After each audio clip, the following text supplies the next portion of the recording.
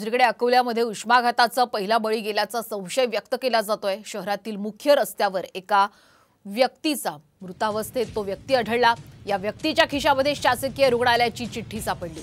यात उष्माघाताची लक्षणे असल्याचं सुद्धा दिसून आलं। तर अकोला जिल्ह्यामध्ये आणखीन 3 ते 4 दिवस उष्णतेची लाट ही कायम राहणार आहे। त्यामुळे नागरिकांना सतर्क राहण्याचं आवाहन करण्यात येत आहे। अकोला शहरामध्ये आपण उष्माघाताचा पहिला बळी गेलाय असा संशय व्यक्त केला जातोय। कारण एक व्यक्ती खरं तर मृतावस्थेत रस्त्यावर आढळून आलेला आहे। मुख्य रस्त्यावर घडलेली ही घटना आहे आणि या व्यक्तीच्या खिशामध्ये शासकीय रुग्णालयाची चिठ्ठी सापडली। यामध्ये उष्माघाताची लक्षणे असल्याचं सुद्धा दिसून आलेलं आहे। आता पुढील 3 ते 4 दिवस अकोला जिल्ह्यामध्ये अशीच उष्णतेची लाट कायम राहणार आहे। त्यामुळे सर्वच नागरिकांनी सतर्क राहण्याचं आवाहन करण्यात येत आहे।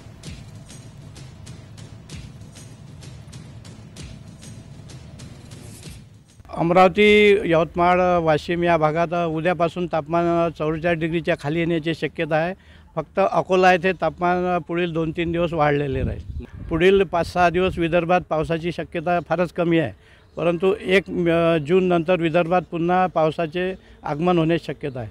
अमरावती दरम्यान पुढील 3 ते 4 दिवस अकोल्यामध्ये उष्णतेची लाट कायम राहणार आहे असा अंदाज हवामान विभागाने वर्तवलाय।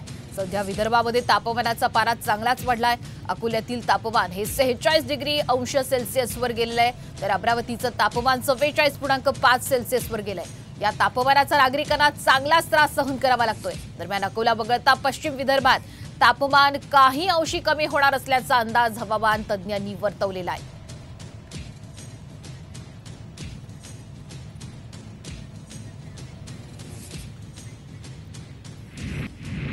राज्यात वाढत्या तापमानामुळे उष्माघाताच्या रुग्णांच्या संख्येत दिवसेंदिवस वाढ होतीये। गेल्या 2.5 महिन्यांमध्ये उष्माघाताच्या रुग्णांची संख्या 250 पार गेलेली आहे। सर्वाधिक रुग्णांची नोंद ही जालना, नाशिक, बुलढाणा आणि धुळे या जिल्ह्यांमध्ये झाली आहे। राज्यामध्ये मार्च, एप्रिल आणि मे महिन्यामध्ये वाढत्या तापमानामुळे उष्णतेची लाट आली आहे। राज्यातील अनेक जिल्ह्यांमध्ये तापमान 40 अंश सेल्सिअसपेक्षा जास्त आहे।